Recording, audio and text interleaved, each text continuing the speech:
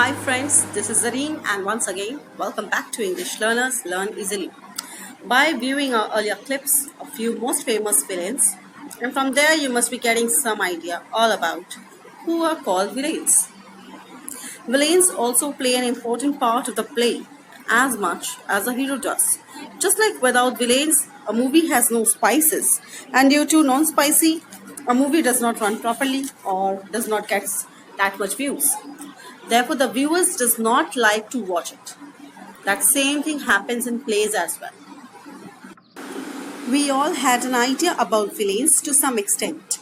Now we can easily step forward to details. Until the villains of the play does not get caught or defeated, the interest runs for the viewers. In every play, villains exist as an antagonist somewhere. Because it is the villain who creates difficulties and thereafter readers has an interest that what is going to be the next. Now let's quickly read one of the important questions of the play from Merchant of Venice. Is Shylock a villain? Write in your own views, near about 200 words. So let's get started.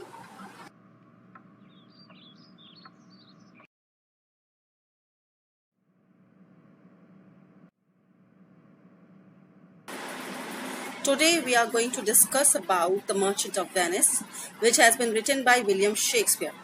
There is a character named Shylock in the play. He is also known as a villain, a best part of the play.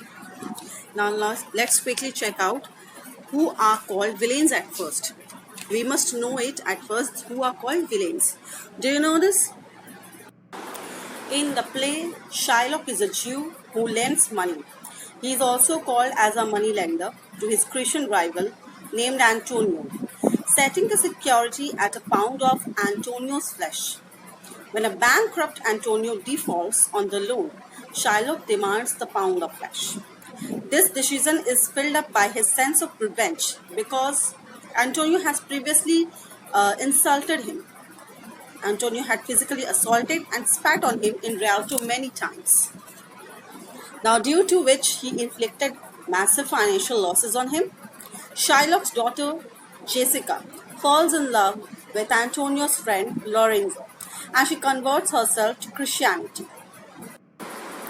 Jessica runs away and leaves Shylock's house forever. Before leaving, she steals all valuable things from her father's house. This adds to Shylock's rage and hardens his resolve for revenge. Here the table turns. And at the end, due to the efforts of Antonio's well-wisher, Portia, Shylock is charged with attempt to murder of a Christian, carrying a possible death penalty. And the best part is that Antonio is freed without punishment. Shylock is then ordered to surrender half of his wealth and property to state and the other half to Antonio. However, as an act of mercy, Antonio modifies the verdict and asks Shylock to hand over only one half of his wealth to him as well as Lorenzo's need, provided that he keeps two promises. At first, Shylock has to sign an agreement bequeathing all his remaining property to Lorenzo and Jessica, which is to become effective after his demise.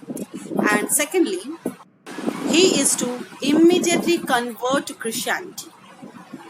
Therefore, Shylock is forced to agree to these terms and he exits citing illness.